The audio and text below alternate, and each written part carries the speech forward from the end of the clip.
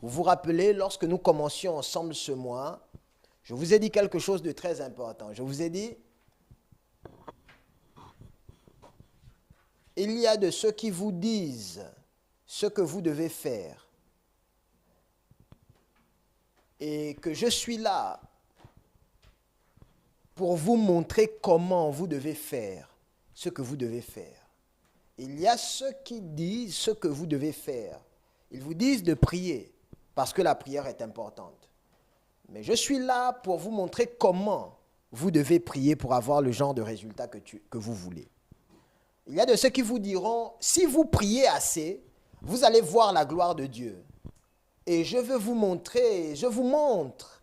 C'est pour ça que j'ai été appelé comment prier assez ou comment vraiment prier pour voir ce que vous voulez voir, pour vivre ce que vous devez vivre. C'est pour ça que, écoutez, à un moment donné, Dieu vient. Vous savez, Dieu a parlé 2 fois de Jésus. La voix s'est fait entendre 2 fois du ciel. La première fois que la voix s'est fait entendre du ciel, 3 fois, pour être plus précis. La voix s'est fait entendre du ciel au temps de Jésus. La première fois, c'est quand Jésus s'est retrouvé devant Jean-Baptiste. Il a dit, le Père, celui-ci est mon fils bien-aimé en qui j'ai mis mon affection. Amen. La deuxième fois, il ne dit pas juste en qui j'ai mis mon affection. Il ajoute quelque chose. Avez-vous lu ce passage? Oh, où devrait-on ouvrir la Bible? Allons-y lire. C'est mieux pour nous tous.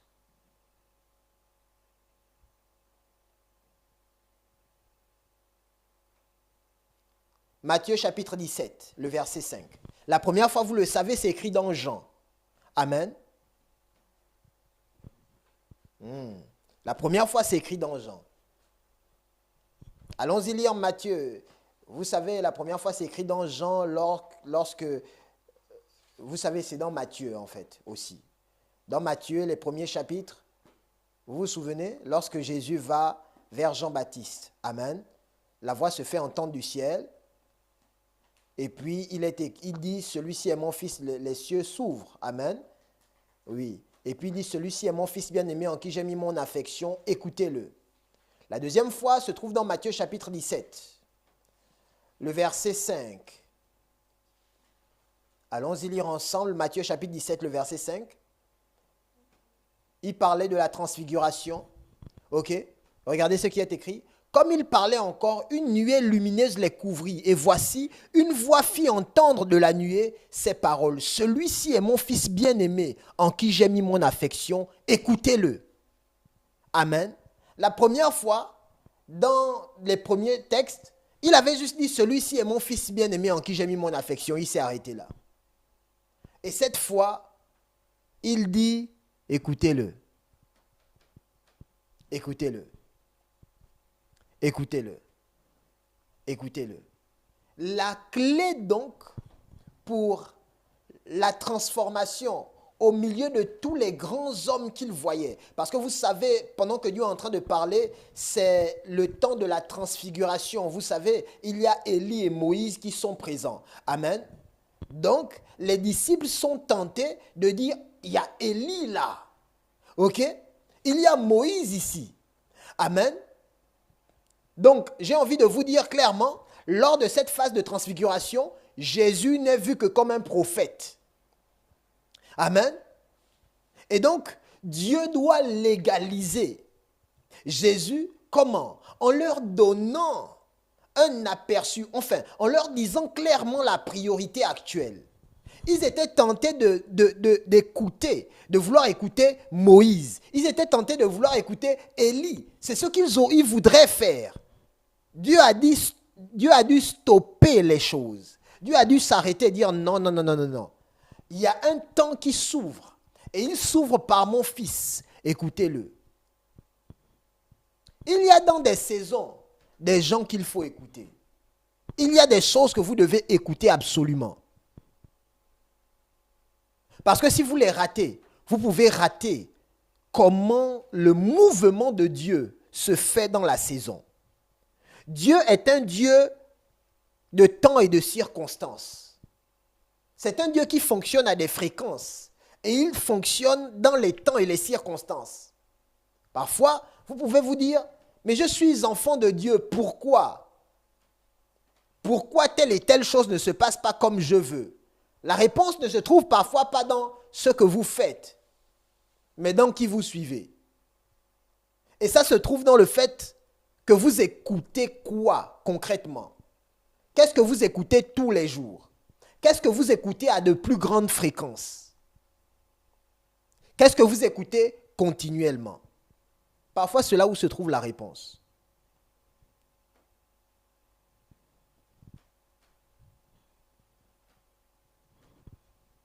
Savoir qu'il faut prier est une bonne chose.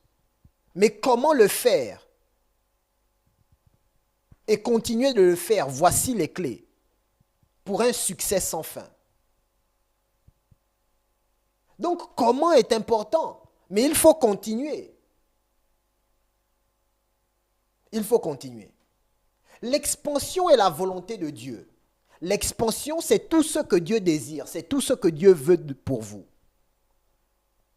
Mais vous ne pouvez pas atteindre le niveau d'expansion adéquat si vous ne respectez pas les choses qu'il faut respecter pour qu'elles se manifestent ou pour qu'elles deviennent votre expérience. L'expansion n'est pas inaccessible. Vous savez, j'étais en train de réfléchir aujourd'hui et je me disais,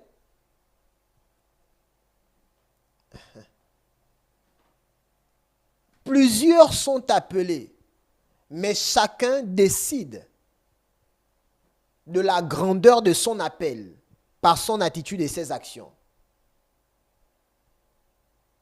Plusieurs sont appelés, plusieurs. Chacun décide de l'endroit où il ira avec son appel par son attitude et ses actions. Ça veut dire que l'appel n'est pas le but. L'appel est le moyen. Si Dieu parle sur nous en disant expansion en ce mois, vous devez comprendre que l'expansion, c'est le moyen. C'est la porte ouverte. C'est la porte que Dieu nous ouvre pour quelque chose de plus grand. L'expérience de l'expansion est certainement le but. Et dans cette expérience de l'expansion, vous allez découvrir des expansions ou une expansion dans certains domaines précis. Mais vous voyez, il y a donc des choses que vous devez faire. Il y a donc un engagement. C'est un peu comme une porte qui s'ouvre devant vous. Vous y entrez, vous vous engagez, mais vous devez comprendre, il y a des choses que vous devez respecter dans cet endroit où vous rentrez.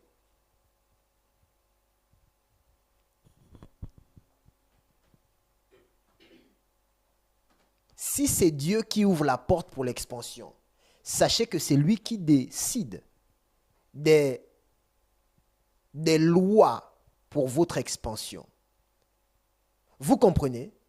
Si c'est Dieu qui ouvre la porte pour l'expansion, sachez que c'est aussi lui qui décide des lois que vous devez appliquer pour cette expansion. Aujourd'hui, je tiens à vous dire les 4 principales lois pour l'expérience de l'expansion. 4 lois principales. Je vous ai déjà parlé de Mimshak. Donc vous avez connu avec moi qu'il y a une onction pour l'expansion. Amen. Et on a dit ensemble qu'on devait prier parce que nous devons l'accepter pour la recevoir et la manifester. Ça, ce sont des choses. C'est important. Mais vous devez comprendre que tout en Dieu a des lois. Et je veux vous donner ce soir les 4 lois principales pour une expansion sans fin. 4 lois principales pour une expansion sans fin. Qu'est-ce que ça veut dire? Ça veut dire, je vais vous expliquer, ça veut dire que si vous devez vous répandre, vous étendre, vous devez vivre l'expansion, il faudrait que ces lois soient continuellement appliquées. Je dis continuellement. Et vous allez voir avec moi que lorsque je vais citer ces lois, elles auront un caractère d'abord ministériel. parce qu'il faut que le ministère Sentinelle s'étende. Mais je veux aussi vous montrer en les citant comment vous pouvez les adapter dans votre environnement, que ce soit dans votre travail, ok, pour que ça puisse aussi fonctionner. Si vous êtes, par exemple, dans une entreprise, comment vous pouvez vous étendre en appliquant les mêmes principes. D'accord? Amen. Non, je vais d'abord entendre des amens. Parce que souvent, quand vous m'écoutez là, je me dis, est-ce qu'ils m'écoutent même? Est-ce qu'ils me comprennent? Amen. Amen. Amen. La voix ne sort plus. Amen. Amen. Amen. Alléluia. Gloire à Dieu. Ok. Numéro 1. Dans les 4 lois. Numéro 1. La loi de l'amour. Il faut que je vous explique.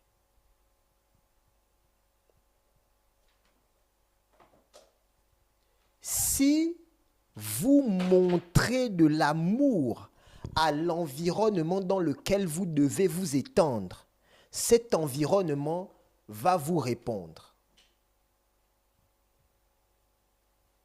J'ai dit la loi de l'amour. Si vous montrez de l'amour à l'environnement dans lequel vous devez vous étendre, cet environnement va vous répondre. Je reprends ce que je viens de dire. Si vous montrez de l'amour à l'environnement dans lequel vous voulez ou vous devez vous étendre, cet environnement va vous répondre. Vous savez comment il va vous répondre? Je vais vous expliquer. Il va vous répondre en vous entourant. Les gens vont vous répondre en venant. La loi de l'amour.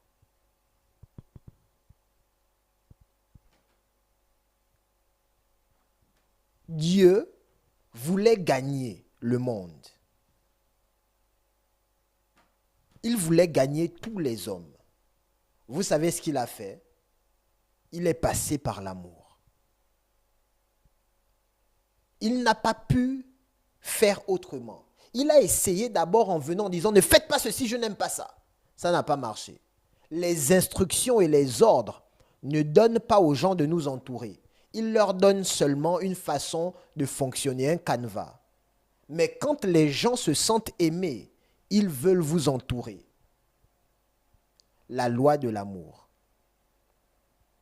Si c'est dans votre entreprise, commencez à leur montrer un grand amour. Comment vous allez l'exprimer? Par votre façon de les apprécier, dans les petites choses. J'aime bien ta chaussure. Oh, tu es élégante ce matin. Montrez-leur de l'amour. La loi de l'amour. Vous êtes en contact avec un client. Montrez-lui de l'estime et de la considération. Un jour, il ira dire à son ami qui veut aller à un autre endroit que non, viens ici. On sait traiter les clients. On sait traiter les gens. Parce qu'il est traité correctement dans l'endroit où vous êtes. Vous le traitez avec un certain égard, une certaine estime. La loi de l'amour.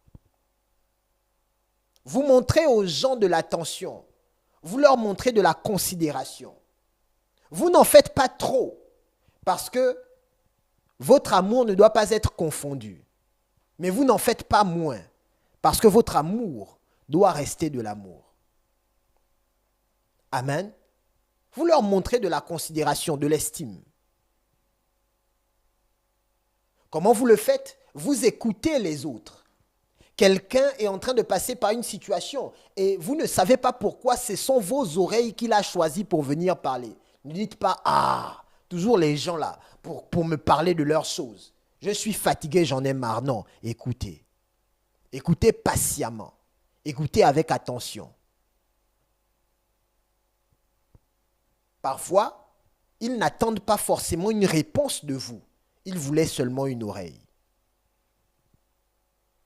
La loi de l'amour. Dans cette loi, vous apprendrez aussi à être patient envers les autres parce que l'amour est patient. Vous allez dire, ah, Celle-là, elle est incompétente. Je lui ai dit de faire ça, elle ne comprend pas. Mais je vais être là pour expliquer encore la loi de l'amour. Et même si cette personne est virée de l'entreprise, quand elle partira, elle gardera de vous le témoignage que vous avez été bon envers elle. Amen. La loi de l'amour. Aimez dans votre attitude. C'est la première loi. Dans le ministère encore plus. Entourez les gens par l'amour. Aimez-les. Aimez-les.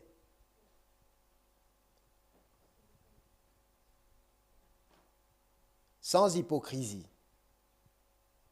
L'amour sans hypocrisie. Amen. Numéro 2, on peut avancer. Numéro 2. On parle des lois de l'expansion. Partagez la parole de Dieu. Partagez la parole. Si vous voulez vous étendre, rappelez-vous toujours que c'est Dieu qui étend les hommes. Ok? Ce ne sont pas les hommes qui sont trop grands. C'est Dieu qui fait briller sur les justes et sur les injustes. C'est Dieu qui étend les hommes. C'est Dieu qui élève et c'est lui qui abaisse. Je vous ai dit, vous êtes rentré dans une porte quand Dieu parle de l'extension. Et dans cette porte où vous êtes entré, vous arrivez dans un lieu où les lois sont décidées par Dieu. En partageant la parole, vous garantissez que la grâce de Dieu pour l'extension se manifestera avec vous. Partagez à vos collègues. Partagez aux gens qui vous entourent. Partagez dans votre environnement. Dites-leur que Jésus les aime. Dites-leur qu'ils sont aimés de Dieu. Dites-leur que Jésus-Christ est leur Seigneur.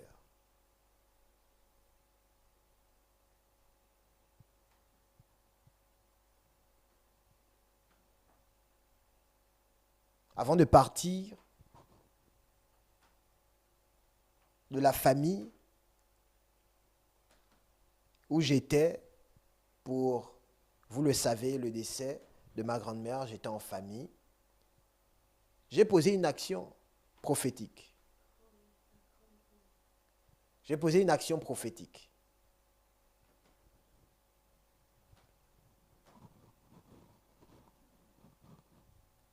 Avec quelqu'un, avec ma tante. Et quand on était en train de poser ça, je lui ai dit, ok, lorsque je lui ai dit de faire ce qu'elle devait faire, elle l'a fait. Je me suis dit, oh, elle a fait ce que j'ai dit de faire. J'ai pris certaines choses, j'ai posé ma main sur son pied, j'ai prié, j'ai déclaré des choses. Je lui ai dit, répète après moi. Elle répétait. Et je me suis dit, oh, des choses se passent. Si vous témoignez aux gens de l'amour et que vous n'hésitez pas à leur partager la parole et faire les choses de Dieu, vous montrer tel que vous êtes, ils vous suivront. Si seulement vous n'avez pas honte de Dieu, vous allez vous étendre, vous allez l'expérimenter. Vous allez dire oui, les gens sont sauvés par moi parce que je suis une arme entre les mains de Dieu. Vous comprenez? Vous allez le dire. Cela va se produire, mais vous ne devez pas avoir honte. L'apôtre Paul dit, car je n'ai point honte de l'évangile. Romains chapitre 1, le verset 16. Il dit, je n'ai point honte de l'évangile. C'est le salut de Dieu. Il dit, c'est une puissance de Dieu. Pour quiconque croit, du juste, premièrement, puis du grec. Il dit, car en lui est révélée la justice de Dieu par la foi et pour la foi. Selon qu'il est écrit, le juste vivra par la foi. Il dit, je n'ai pas honte. Je n'ai point honte. Vous devez donc travailler dans votre cœur à ne pas avoir honte de l'évangile, afin de partager l'évangile partout où vous vous trouvez. Vous pourrez commencer par dire à quelqu'un, tu sais que Jésus t'aime, ou bien que Dieu te bénisse. Quelqu'un vous fait du bien au travail. Vous pouvez dire que Dieu te bénisse. Merci, que Dieu te bénisse.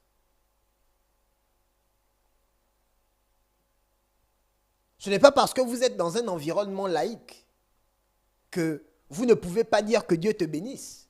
Puisque je vois des Arabes dire Inch'Allah, ou ce qu'ils veulent dire. Amen. Oui, vous pouvez dire que Dieu te bénisse, que le Dieu que je sers te bénisse. Vous pouvez le leur dire. Vous pouvez le leur dire. Ne vous retenez pas que votre christianisme, ok, que le fait que vous soyez chrétien ne soit pas juste une chose comme ça.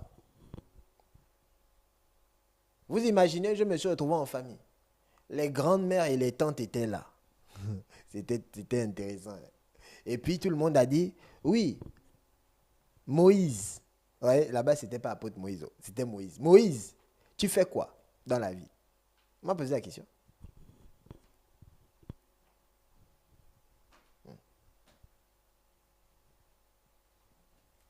Puis j'ai répondu, je suis pasteur.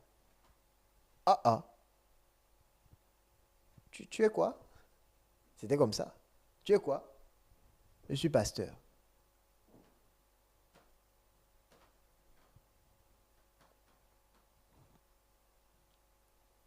Un soir, j'étais avec ma tante et l'une de ses sœurs. Et puis j'étais en train de parler. Je parlais, on parlait, je ne sais pas de quoi. Et puis je dis, oh, le ciel est ouvert pour le prophétique. Et puis, elles m'ont regardé. J'ai dit, je vais prophétiser sur vous. Elles m'ont regardé. Et puis j'ai dit, attendez, restez assises. J'ai dit, je commence par toi. Voici ce qui se passe. C'est vrai. J'ai dit, voici ce que Dieu dit. Et puis je me retourne chez ma tante. Vous voyez, les gens qui étaient sceptiques commencent à dire, on dirait qu'il est pasteur. Hein? Ah.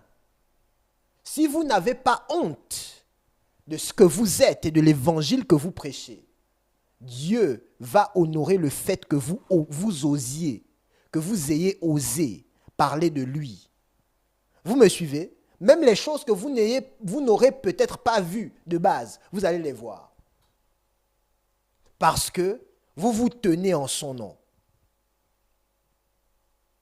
Vous vous retrouvez dans un environnement, vous allez au travail et puis vous dites, je suis là au nom de Jésus. Vous comprenez? Je suis là au nom de Jésus. Je ne suis pas juste là parce que je suis compétent. Je suis là au nom de Jésus. Je suis arrivé au nom de Jésus. Vous comprenez? En son nom. Et quand vous arrivez en son nom, ce qu'il se passe, oh, c'est seulement ce que son nom vous donne. Si son nom vous donne d'être une bénédiction, vous le devenez.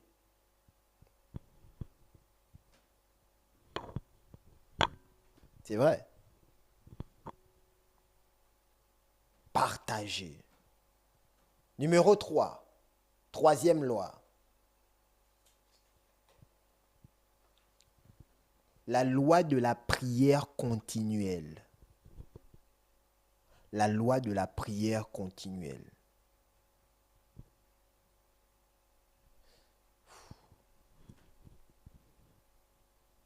J'ai dit beaucoup de choses sur la prière et moi là, j'ai parlé de la prière, on a parlé de la prière. Vous vous rendez compte qu'on a parlé de la prière? On a dit la prière vous met aux commandes. On a dit beaucoup de choses sur la prière. Ah! La loi de la prière continuelle.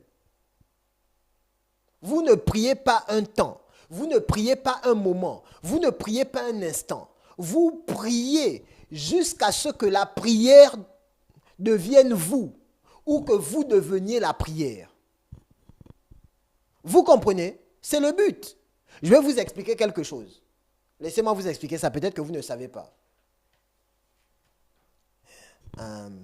Le but de Dieu quand vous pratiquez quelque chose de spirituel, c'est que vous deveniez cette chose.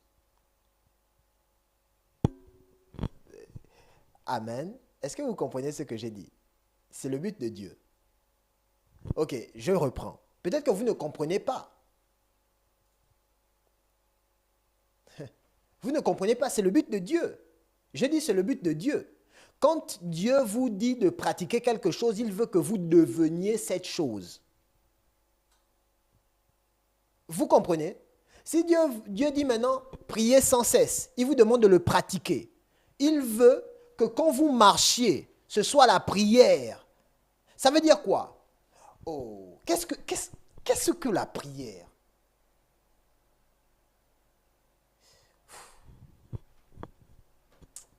Ah.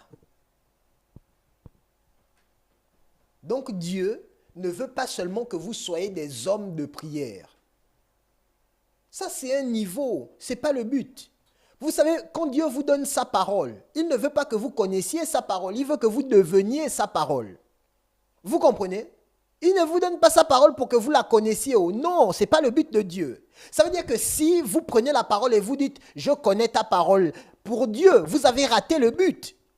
Parce que Dieu, quand il donne sa parole à quelqu'un, il ne veut pas que la personne connaisse la parole. Il veut que la personne devienne la parole. Parce que c'est ce qu'il a fait en Jésus-Christ. Vous vous rappelez dans Jean chapitre 1, la Bible dit la parole s'est faite chair. C'est ce que Dieu veut. C'est le but de Dieu. Oh, maintenant vous me dites, apôtre, comment être sûr que c'est le but de Dieu? Je vous explique. La Bible dit quoi? La parole s'est faite chair. Amen. Et puis Jésus dit ceci. Il dit, excepté le fait que le grain qui est semé en terre ne meure, ils ne peuvent porter du fruit. Beaucoup de fruits. Amen. Il parlait de lui. Mais le grain qui est semé, il est comment? Il est semé parole faite chair. Oui. Jésus vient comme étant la parole faite chair. Donc il dit, excepté le grain. Il dit, si le grain qui n'est semé en terre ne meurt, il ne peut porter beaucoup de fruits. Donc il est conscient que lui, étant le grain qui est semé en terre, parce que c'est ça, Dieu a tant aimé le monde qu'il a donné son Fils unique, afin que quiconque croit en lui ne périsse point, mais qu'il ait la vie éternelle, et son Fils unique d'autrefois. Parce que Jésus n'est plus le Fils unique de Dieu. Vous devez comprendre que ce verset unique, dans ce verset unique-là, c'est fini. Ce n'est plus le Fils unique de Dieu. Nous sommes les frères de Jésus. Amen. Bon. Donc, j'espère que vous savez ce que je viens de dire. Jésus n'est plus le Fils unique de Dieu. Amen. Parce que si vous ne savez pas ça, on a un problème. Donc, il dit quoi? Qu'est-ce qu'il dit? Il dit, le grain qui est semé en terre, c'est lui, le grain qui est semé en terre, c'est lui. Il dit, bon, le grain qui est semé doit mourir. Donc, il est mort. Il a donné sa vie. Ok? Il est mort. Il a dit, le grain qui est semé en terre doit mourir pour qu'il y ait du fruit. Donc, il est mort. Mais quand il a été semé, vous comprenez comment il était? Il était la parole de Dieu faite chair. Pourquoi? Parce que Dieu voulait avoir des frères. Il voulait qu'il y ait des frères de Jésus. En d'autres termes, il voulait qu'il y ait la parole faite chair. Quand Dieu vous donne sa parole, c'est pour que vous deveniez sa parole. Il ne vous donne pas sa parole pour que vous la pratiquiez seulement. Non. Donc, pratiquez jusqu'à devenir. Pratiquez jusqu'à devenir. À un moment donné, quand on dit prier continuellement, vous devez comprendre que le but, c'est que vous deveniez. Non. Quand je dis vous, c'est trop vous, c'est nous. Nous devenions la prière. C'est le but. C'est mon but. Ça doit être le vôtre. Vous devez devenir la prière. Quand vous marchez, on doit sentir l'odeur d'un homme de prière, une femme de prière. Vous voyez, l'odeur de la connaissance de Dieu doit être manifeste. L'odeur de la prière. Vous savez, Catherine Kuhlman, elle était dans un bus. Ok, elle était dans un bus. Et puis, elle est montée dans le bus. Toutes les personnes qui étaient dans le bus se sont mises à parler en langue. Comment? C'était une femme de la prière. C'était une femme de la prière. Quand elle est rentrée, l'odeur de la connaissance de Dieu a envahi le bus.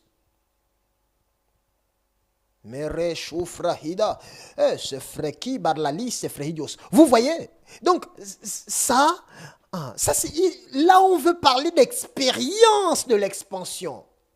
Vous ne pourrez pas expérimenter l'expansion si vous n'êtes pas un homme de prière, une femme de prière. Vous comprenez? Je ne dis pas qu'il y a des temps de prière. Je dis une femme qui prie jusqu'à devenir la prière. C'est le but.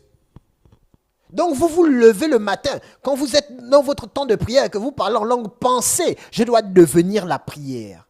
Vous comprenez?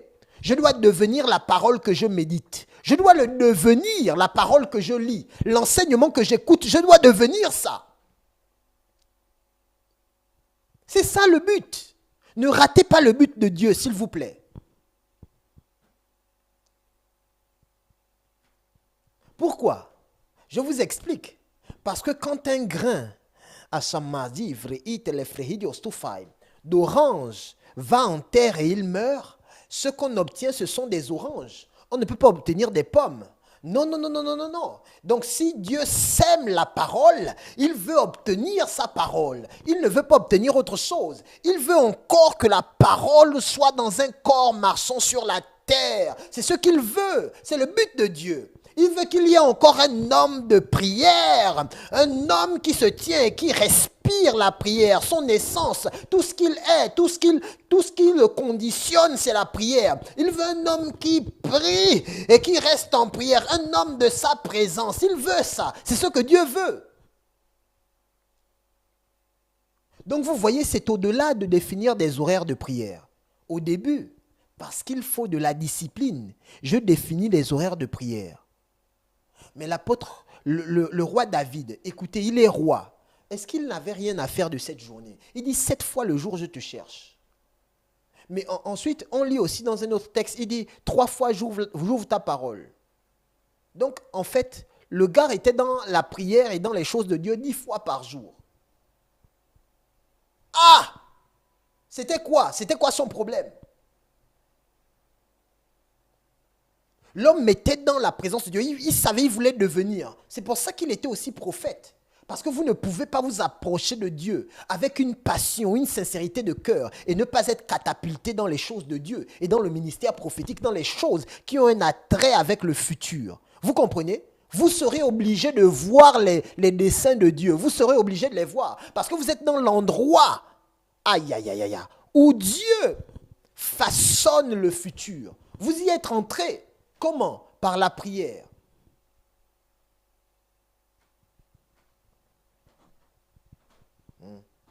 Merci Seigneur. Merci.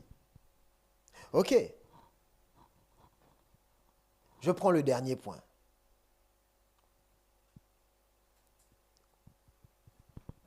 Quatrième point. Faites ce que la parole dit. Faites ce que la parole dit. Vous voyez, je vais vous expliquer quelque chose. Nous, les enfants de Dieu, le souci avec nous, c'est que nous n'avons pas appris à faire, nous ne savons pas ce qu'on appelle construire. On ne comprend pas le mot construire ou édifier. Ok? Bon, laissez-moi vous prendre un texte d'abord. 1 Corinthiens chapitre 14. 1 Corinthiens chapitre 14.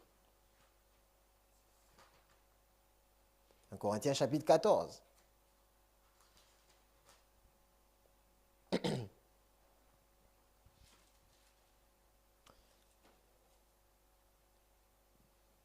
Le verset 4. 1 Corinthiens chapitre 14, le verset 4. On est en train de finir.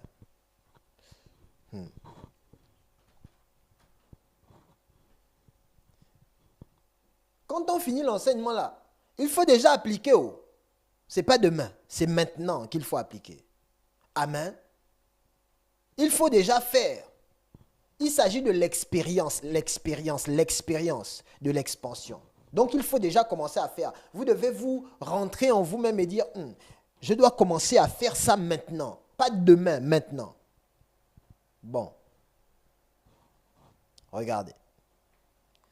Le verset 4. Celui qui parle en langue s'édifie lui-même. Celui qui prophétise édifie l'Église.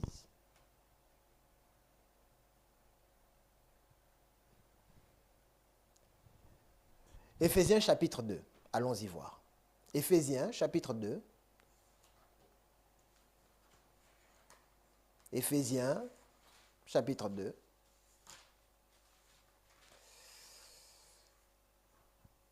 puisque tu as donné ta vie qui porte en moi son fruit.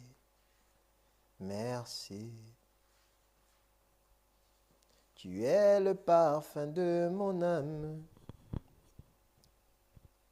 Éphésiens chapitre 2, le verset 20. Regardez ce qui est écrit. Il dit, vous avez été édifiés sur le fondement des apôtres et des prophètes, Jésus-Christ lui-même étant la pierre angulaire.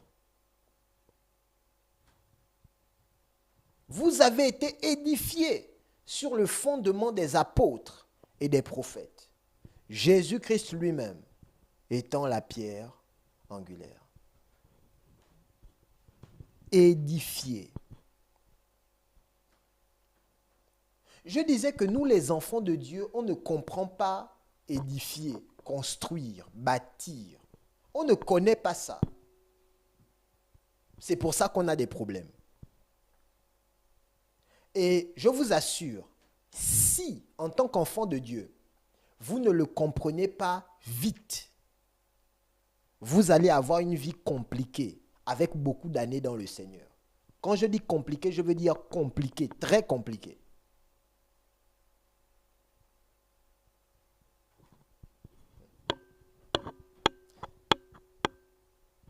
Seigneur, merci. D'ailleurs, c'est pour ça que nous avons eu des vies compliquées. C'est à cause du mot édifier.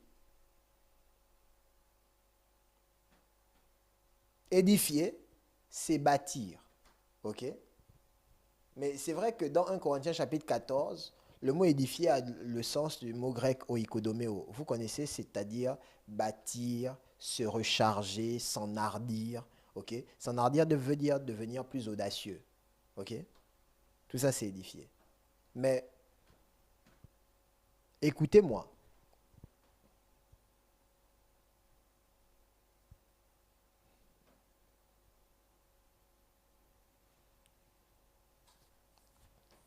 Les enfants de Dieu, vous verrez un enfant de Dieu qui connaît des choses sur l'Apocalypse. Ok? Le jugement éternel. Il connaît les mystères sur les 144 vieillards. Amen. Mais tu lui demandes, qu'est-ce que la foi? Comment opérer dans la foi? Il ne connaît pas. Pourquoi? Parce que vous voyez, il a commencé à bâtir sa maison. Donc, considérez la maison comme étant sa vie en Christ, comme étant votre relation avec Dieu, par la toiture. Vous êtes étonné. Vous dites, c'est seulement en Christ où on voit ça. Les gens commencent à bâtir par la toiture. Vous vous demandez, mais les fondements sont où? Et les gens ne comprennent pas et n'arrivent pas à comprendre que ce sont les fondements qui déterminent la vitesse et la grandeur et l'influence, la hauteur, la profondeur de la maison. Les fondements sont tout.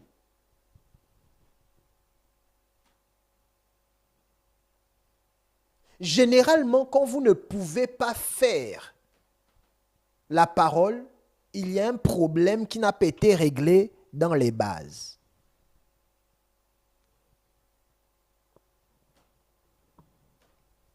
Parfois, il y a quelque chose qui ne va pas dans les bases. Généralement, c'est ça.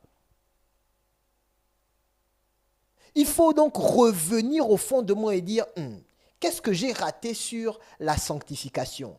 Qu'est-ce que j'ai raté sur le perfectionnement des saints? Qu'est-ce que j'ai raté sur la prière? Qu'est-ce que je n'ai pas compris sur le gain des âmes? Quand vous commencez à vous tenir comme ça, en toute humilité, revenir sur les fondements, parce que vous reconnaissez qu'il y a quelque chose que vous devez arranger dans les fondements, la faveur et la grâce de Dieu commencent à se manifester pour faire de vous un faiseur de la parole.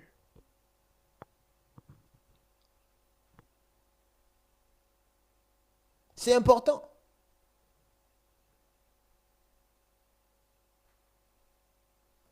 Donc, vous devez aimer la construction, allais-je dire.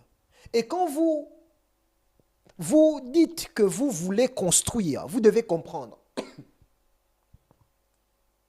En construisant, vous pouvez rencontrer des obstacles. Des obstacles que vous-même vous avez créés ou des obstacles que l'ennemi a mis sur le chemin pour vous empêcher d'avancer. Mais les obstacles ne doivent pas vous emmener à faire demi-tour. Vous construisez. Vous comprendrez mieux si vous n'aviez qu'un seul terrain, ok, de façon physique, c'est-à-dire vous avez un terrain, ok, c'est le seul terrain que vous avez et vous voulez construire votre maison dans ce terrain. Qu'est-ce que vous allez faire? Vous allez dire non, j'arrête de construire dans ce terrain, c'est pas normal.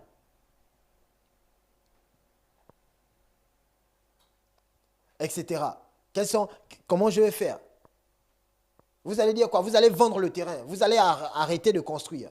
Parce qu'il y avait des obstacles non prévus dans le terrain. Non, vous allez trouver une solution. Vous allez réfléchir, trouver une solution, arranger ça. Pourquoi? Parce que vous n'avez qu'un seul terrain et vous voulez construire votre maison. Amen. Donc, quand vous construisez, vous êtes dans les fondements, vous ne vous arrêtez pas, vous n'abandonnez pas, vous ne vous retractez pas. Non, vous n'arrêtez pas. Vous vous dites, là, je n'arrive pas encore à bien faire, mais je ne vais pas abandonner parce que je dois devenir cette maison que Dieu a vue. Il a dit de moi. La Bible dit des choses glorieuses ont été dites sur toi, ville du Très-Haut. Des choses glorieuses.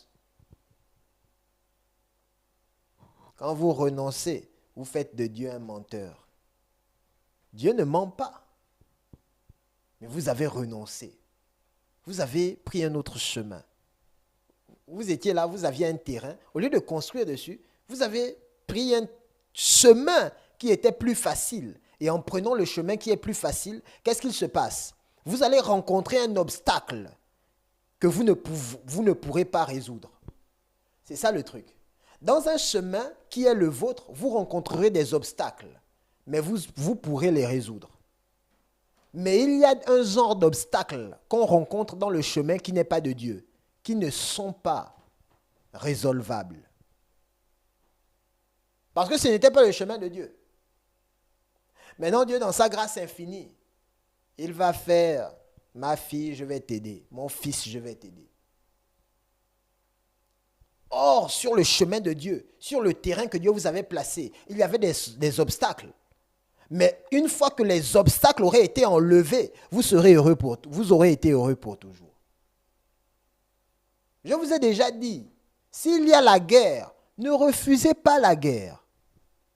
Oh, on ne refuse pas la guerre ici. Non, on ne refuse pas la guerre. Seigneur, je veux la paix, Seigneur, je veux la paix, ma paix, ma paix, ma paix. Mais attends, tu veux ta paix? Impose ta paix. Impose la paix. Exige la paix. On ne va pas te la donner. Ce n'est pas parce que tu es beau ou tu es belle que tu auras la paix. Non, non, non, non. Tu dois imposer ta paix par la prière, par les choses du ciel, par les choses que le ciel reconnaît comme étant des éléments qui emmènent des changements dans la vie des hommes. Impose-la. Ne demande pas, impose, exige, ordonne.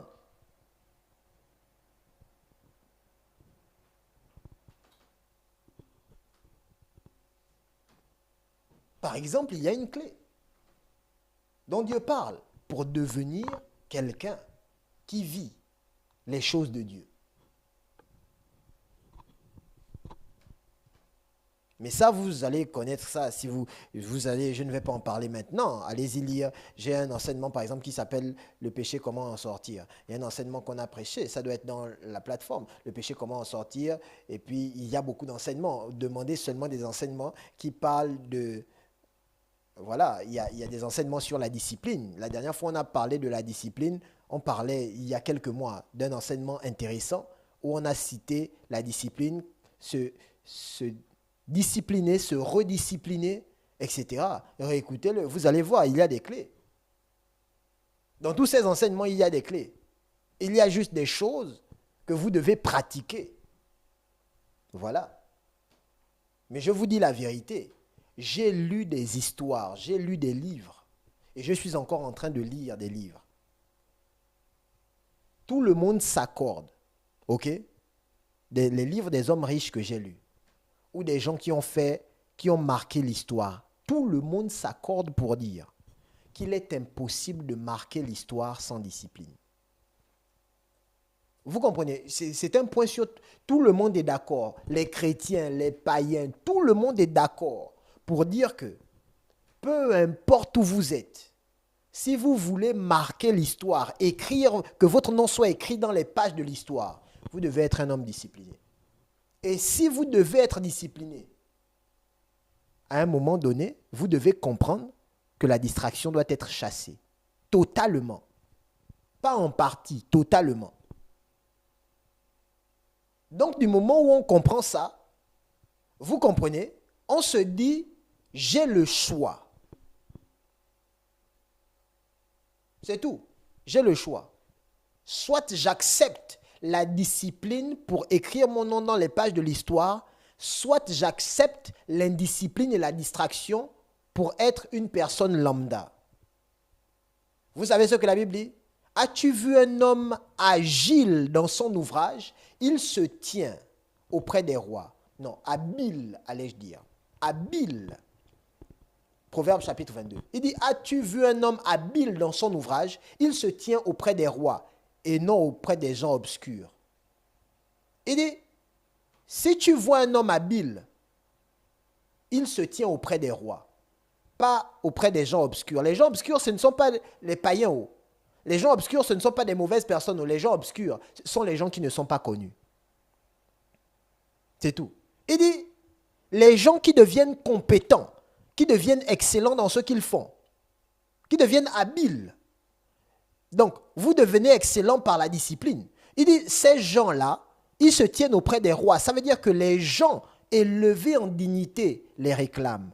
Parce qu'ils sont excellents. Il dit, si ce n'est pas le cas, ils vont se tenir auprès des gens obscurs. Personne ne va les connaître. Ça veut donc dire que la discipline décide de tout. Ça décide de tout. Vous pouvez me dire que mes apôtres, je commence avec rien. Ce n'est pas ça le problème. Commence à te discipliner. Apôtre, j'ai fait beaucoup d'erreurs. Ce n'est pas ça le problème. Aujourd'hui, commence à te discipliner. En fait, dis-toi, je vais pratiquer la parole. Commence à te discipliner pour les choses que tu dois faire. Apôtre, j'ai un passé lourd. Ce n'est pas ça le problème. Commence à te discipliner. Apôtre, je ne sais pas ce qui va se passer demain. Ce n'est pas ça le problème. Commence à te discipliner maintenant. Parce que la loi de la discipline répond à tout. Elle répond à tout. C'est tout.